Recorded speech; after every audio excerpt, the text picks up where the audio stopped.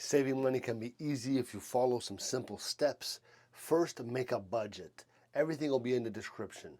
A budget is a plan that helps you track how much money you earn and how much you spend. Write down your income and all your expenses like rent, food, and entertainment. This way you can see where your money goes.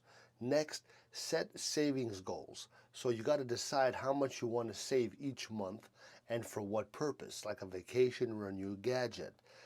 It helps to get a clear target. Another tip is to cut unnecessary expenses. Look at your spending and see if there's anything that you could live without. For example, maybe you might want to skip that daily coffee shop visit or cancel a subscription you don't use too much. I love my coffee, but I got my machine over here.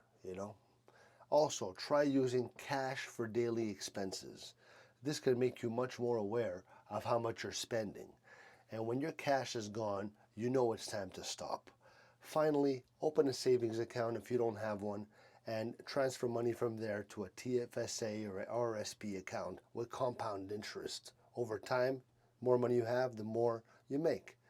And this keeps your money safe and often earns a lot of interest, which means you can make money just by saving it. By following these tips, you're going to be well on your way to saving money better and achieving your financial goals.